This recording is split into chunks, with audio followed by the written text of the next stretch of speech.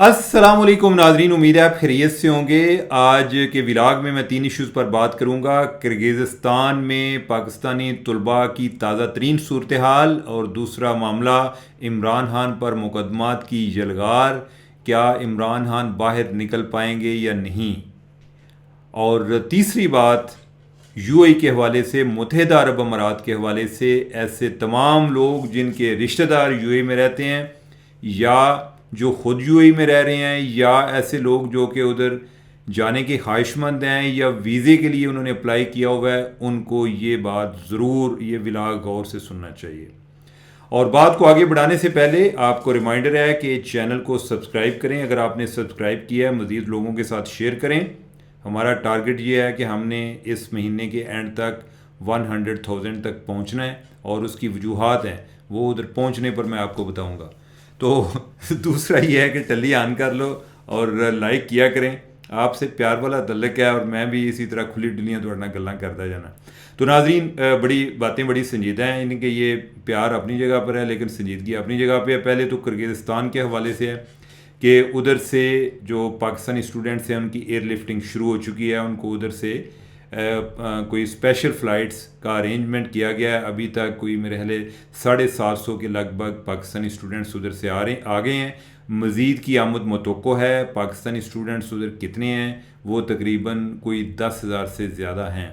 ادھر ایک خوف و ہراس کا عالم ہے۔ پاکستانی اسٹوڈنٹس جو ہیں وہ مجھے بھی تصاویر بھیج رہے ہیں، اور بڑی ایک کیا کہتے ہیں دل خراش قسم کی تصاویر اور ویڈیوز، اور ادھر جو لوگ مقامی لوگ ہیں وہ جس طریقے سے جو فارنرز ہیں، فارن اسٹوڈنٹس ہیں ادھر، ان کے خلاف اپنے لوگوں کو اکسا رہے ہیں، وہ انتہائی ڈسٹربنگ ہے۔ حکومت پاکستان اس پہ سٹیپس تو لے رہی ہے، اب مجھے نہیں آئیڈیا کہ وہ کس حد تک کافی ہیں، لیکن یہ ہے کہ ادھر انہوں نے ایئر فورس کو بھی کہا ہے کہ آپ بھی کوئی اسپیشل پلینز کا اہتمام کریں جس سے پاکستانی اسٹوڈنٹ ادھر آئیں۔ ادھر کی حکومت کے لیے بھی یہ کوئی اتنا آسان نہیں ہے، یہ جو پاکستانی اسٹوڈنٹس ہیں ان کے لیے منی منٹنگ مشینیں ہیں۔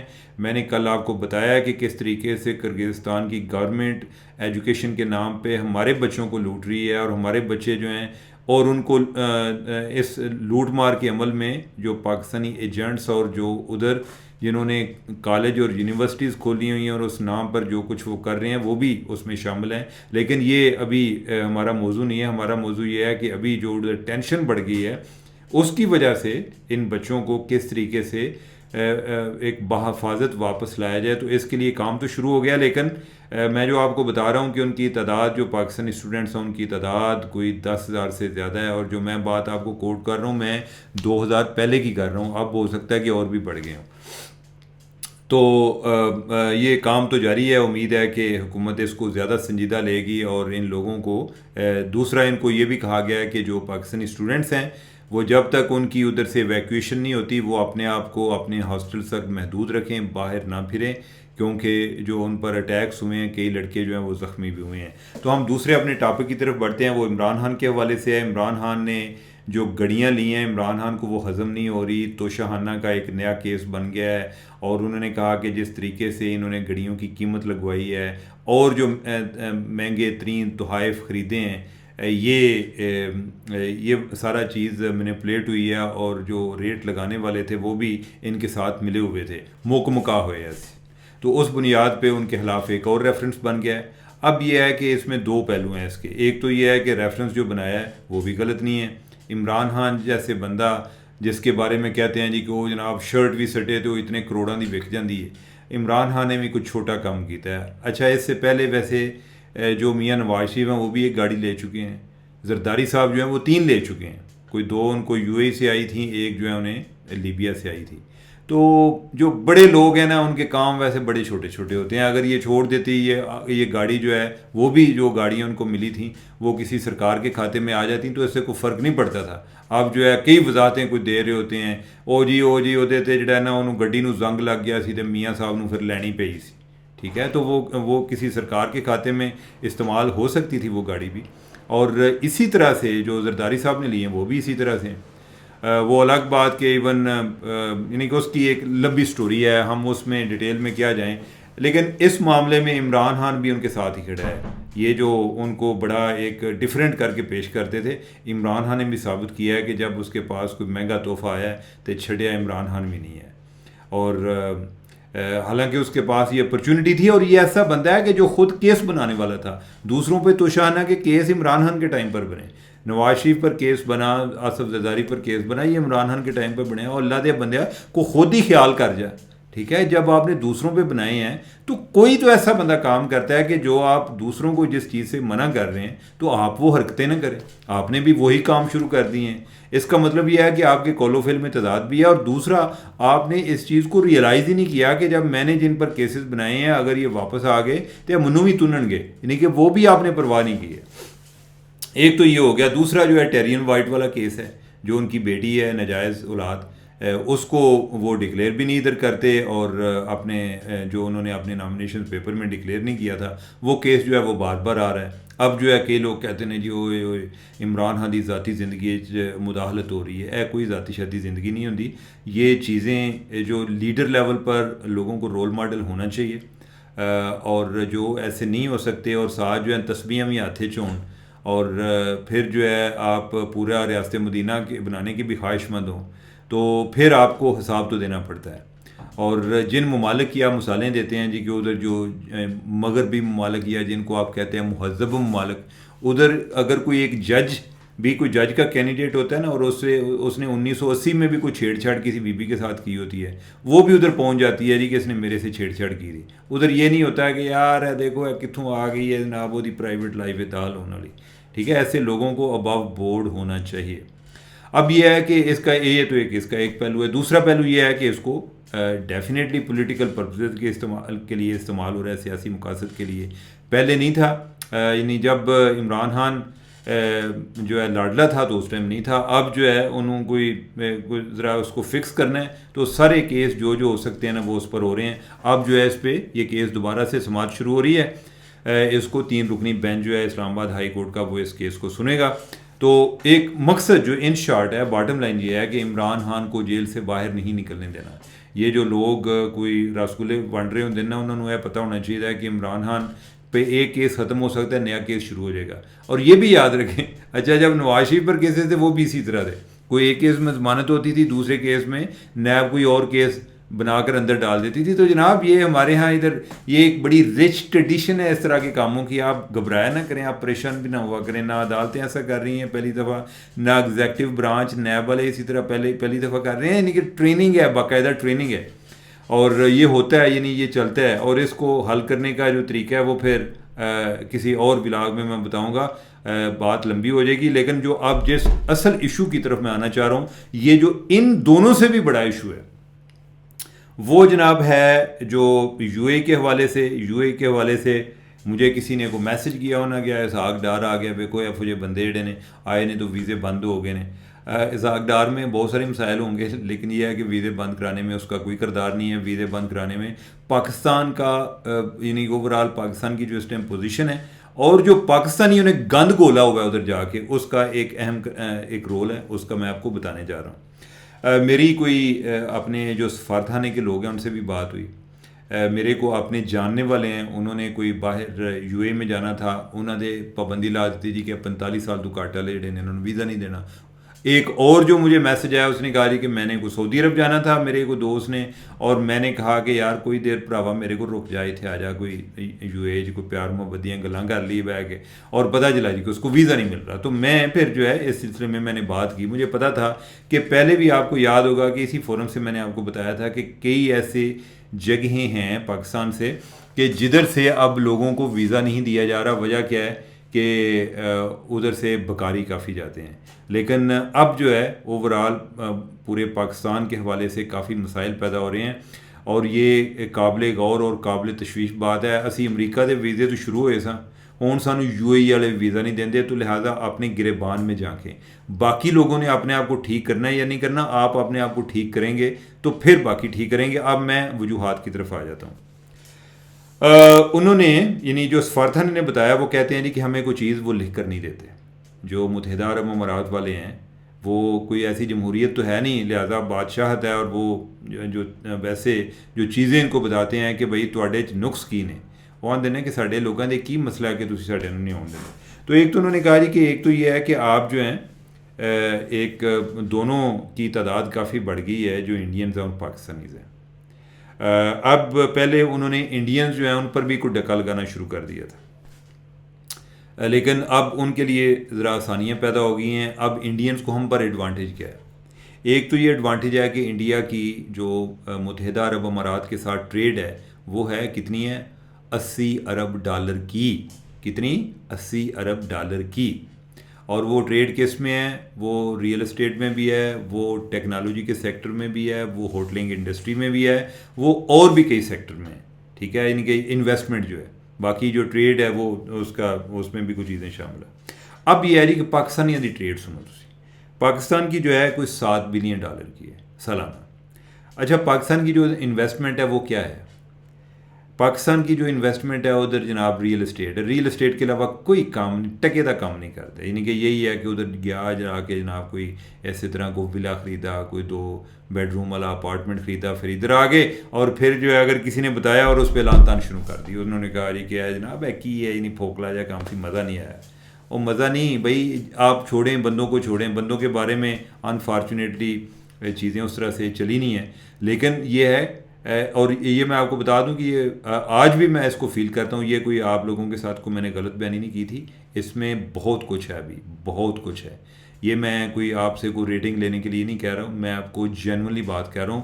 اور مجھے کوئی ایسا کوئی جھوٹ بولنے میں اس میں کوئی انسینٹیو نہیں ہے، یہ جو دبئی لیگ کی میں بات کر رہا ہوں. دوسرا یہ ہے کہ آپ جو ہے آپ فار اے مومنٹ ہم یہ چھوڑ دیں کہ بندے کتنے ہیں، یعنی کہ کون ہے جی کہ تھوڑے مرضی دے بندے آئے نہیں یا نہیں. بھائی انڈیا غیر ملکیوں میں پہلے نمبر پر ہے دبئی لیگ میں جو آنے والا. ان کی کتنے $17 بلین اور پاکستان کے کتنے $11 بلین. ہوں ذرا اوقات دیکھو کہ انڈیا دی اکانومی دا حال دیکھو اور اپنی اکانومی دا حال دیکھو.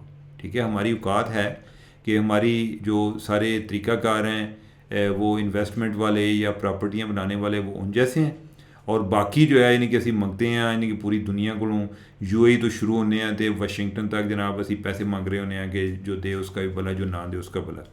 ابھی یہ درمیان میں مجھے بار بار ڈسٹریکشن ہو رہی ہے، لیکن میں اب واپس آ رہا ہوں.